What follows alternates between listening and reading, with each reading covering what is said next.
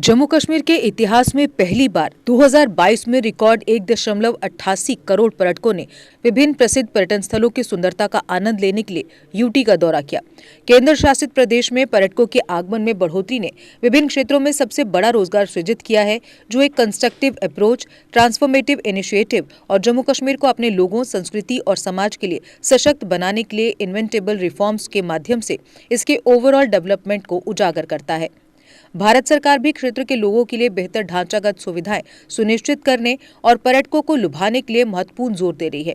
इसके परिणाम स्वरूप ढांचागत और कनेक्टिविटी में सुधार के अलावा बेहतर कानून और व्यवस्था, आशाजनक सिक्योरिटी सिस्टम और शांति बनाए रखने के साथ पर्यटक गतिविधियों में आकस्मिक बढ़ोतरी हुई है।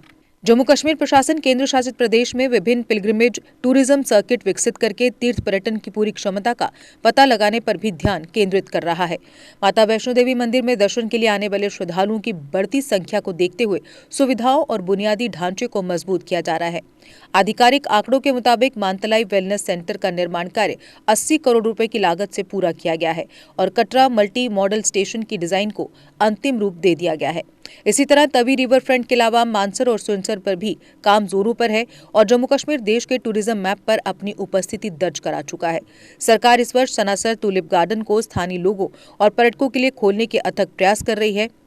इसी तरह जम्मू, कठुआ, रामबन, रियासी, सांबा और उधमपुर में 18 ऐतिहासिक सांस्कृतिक विरासत स्थलों के संरक्षण और नवीनीकरण का काम शीघ्र ही शुरू होगा। इस साल अप्रैल में जम्बू जू को लोगों के लिए खोल दिया जाएगा। होम स्टे योजना ग्रामीण क्षेत्रों में रोजगार सृजन और आर्थिक समृद्धि को बढ़ावा देने के उद्देश्य से शुरू की गई है। उल्लेखनीय रूप से 2021 में नई जम्मू कश्मीर फिल्म नीति के लॉन्च के साथ जम्मू कश्मीर फिल्म उद्योग के लिए पसंदीदा शूटिंग स्थल के रूप में उभरा है और 2 साल से भी कम समय में 150 से अधिक फिल्मों और वेब श्रृंखलाओं की शूटिंग की अनुमति दी गई है। जम्मू और कश्मीर एक पर्यटन स्थल के रूप में जिसे अब सभी संभावित वैश्विक मंचों पर प्रचारित किया जा रहा है और यही कारण है कि हाल के वर्षों में यहां पर्यटकों की संख्या और हवाई यातायात में सबसे अधिक वृद्धि देखी गई है। पिछले 2 वर्षों के दौरान पर्यटन विभाग और हितधारकों के निरंतर प्रयासों के कारण मुख्य रूप से अवकाश और साहसिक पर्यटन में इस वर्ष पर्यटकों की रिकॉर्ड संख्या दर्ज करने के बाद जम्मू और कश्मीर अब पर्यटन के लिए खुल रहा है। पिछले कुछ महीनों में कई कॉरपोरेट प्रतिनिधि मंडलों ने कश्मीर का दौरा किया है और आने वाले सीजन के लिए और भी बहुत कुछ करने की योजना है। ट्रैवल दिग्गजों के अधिकारी अपने ग्राहकों के साथ घाटी का दौरा करते हैं और इस तरह कश्मीर कॉरपोरेट पर्यटन स्थल के रूप में भी उभर रहा है। जम्मू और कश्मीर में MICE पर्यटन के लिए आवश्यक सभी पर्याप्त बुनियादी ढांचे, सेवाएं और पर्यटन पैकेज है और विभाग नई साहसिक गतिविधियों की शुरुआत के अलावा प्रचार, रोड शो और कार्यक्रमों की एक पूरी श्रृंखला के माध्यम से सभी क्षेत्रों में पर्यटकों को आकर्षित करने के लिए समग्र रूप से काम कर रहा है।